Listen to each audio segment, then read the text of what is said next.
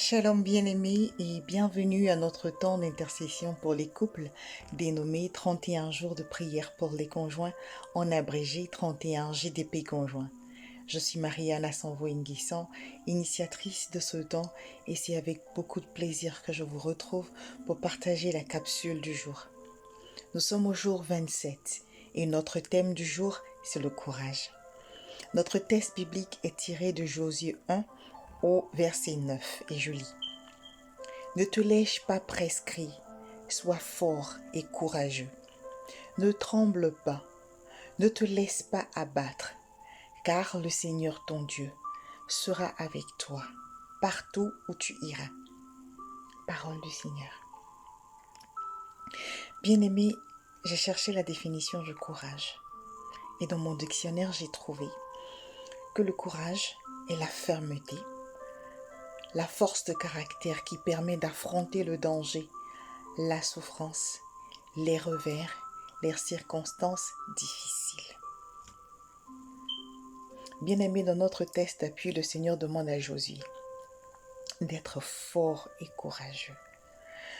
Parce que la mission que Josué s'apprête à faire est une mission difficile, est une mission dans laquelle il va rencontrer de la souffrance, dans une mission dans laquelle il va rencontrer des revers, des circonstances difficiles. Bien-aimé, pour accomplir cette mission, il faut du courage. Un autre verset dans Luc 23 au verset 31 dit « Car si l'on fait ces choses au bois vert, qu'arrivera-t-il au bois sec ?» Notre mission de couple est de faire régner la gloire de Dieu dans le monde et de participer à la création comme notre Dieu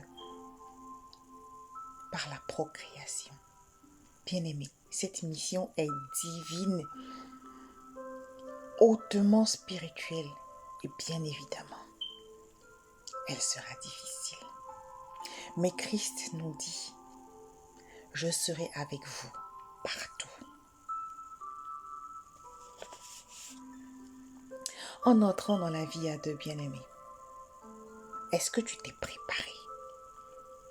Est-ce que tu étais conscient ou consciente que cette mission serait difficile et que dans cette mission, tu rencontrerais des revers?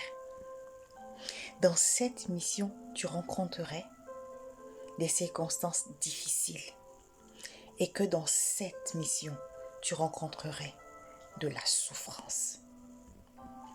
Est-ce que tu en étais conscient? Si tu n'es pas encore marié, est-ce que tu es conscient que la mission que tu t'apprêtes à prendre comporte tout cela? Si tel est le cas, comment tu t'y prépares? Quelles sont les armes que tu prends avec toi pour aller à cette mission? Quelles sont les armes physiques que tu as? Quelles sont les armes spirituelles, intellectuelles, émotionnelles, morales? Quelles sont tes armes? Si tu es déjà en couple, quelles sont les armes que tu as emportées dans ce combat? Fais le point de tes armes. Regarde si tu as ce qu'il faut pour tenir. Si tu n'as pas ce qu'il faut pour tenir, regarde où trouver ce qu'il faut. La parole de Dieu est numéro 1. Et c'est cette parole qui te donnera la force et la foi de tenir dans ce chemin difficile dans lequel tu t'engages.